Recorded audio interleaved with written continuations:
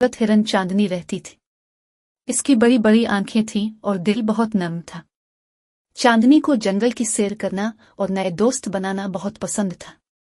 एक दिन चांदनी ने एक झाड़ी से किसी की रोने की आवाज सुनी।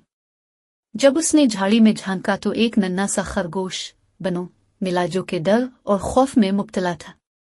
चांदनी ने बनो को प्यार से सहारा दिया और वादा किया कि वो इसे घर पहुंचाएगी। दोनों ने जंगल में एक खूबसूरत सफर का आगाज किया। रास्ते में इनकी मुलाकात एक अक्लमंद अलिफालू से हुई। अलिफालू ने हूट करके कहा, नीले फूलों का रास्ता इख्तियार करो, तुम बनो के घर पहुंच जाओगे। वो नीले फूलों के रास्ते पर चलते रहे, यहाँ तक कि उन्हें एक कछुआ मिला जो कि कीचड़ में फंस गया था।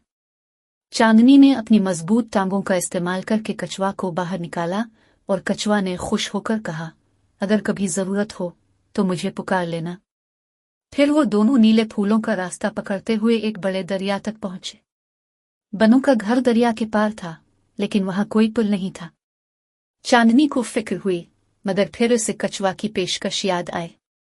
चांदनी ने कछुआ को आवाज दी और जल्द ही कछुआ आराम से आ गया।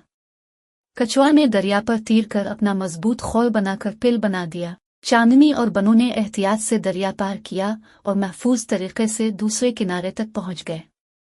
आखिरकार वो बनो के बिल तक पहुंच गए, जहां उसका खानदान बड़ी बेचैनी से इसका इंतजार कर रहा था।